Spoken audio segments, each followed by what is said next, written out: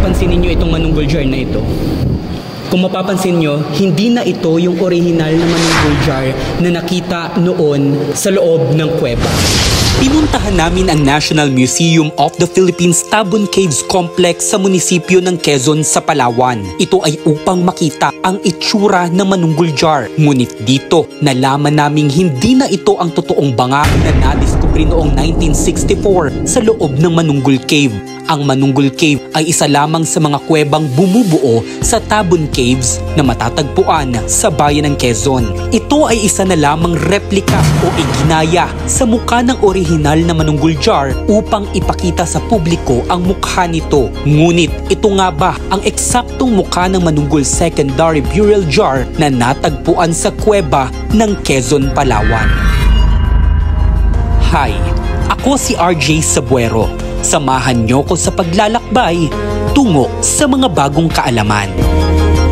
Dahil ito ay replika na lamang, ay pinili kong makita ng personal kung ano ang mukha ng mismong orihinal na manunggul jar. Ito ay dahil sa aking kagustuhang makita kung may pagkakaiba ang dalawa. Noong malaman kong wala pala ito sa Palawan at lubos na pinangangalagaan sa Maynila, partikular sa National Museum of Anthropology, ay pumunta ako sa kinaroroonan nito.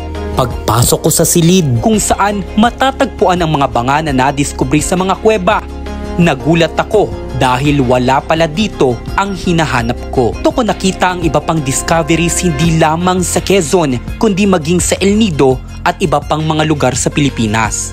Sa paglalakad, maya-maya ay natuntun ko na rin ang kinaroroonan ng aking hinahanap. Nasa gitnang bahagi ng isang silid ang manunggul jar ng Palawan, habang nasa mga gilid naman ang mga nadiskubre mula sa iba pang mga lugar. Kung titigdang maigi, makikita ang pagkakaiba ng tunay na manunggul jar at ang replika nito na nasa Palawan. Kagaya ang mukha ng dalawang tao na nasa bangka. At ang mga markang ito nawala sa makinis na replika ng banga. Basag na kasi noong madiskubre ang bangang ito sa loob ng kuweba. Secondary burial ito dahil matapos ang isang taon ng pagkakalibing sa yumao, kinukuha at nililinis na mga mahal sa buhay ang mga buto at nilalagay sa jar. Ipinapakita ng disenyo ang paniniwala ng mga sinaunang Pilipino sa life after death. Ang disenyo ay nagpapakita ng paglalayag ng kaluluwa patungo sa kabilang buhay.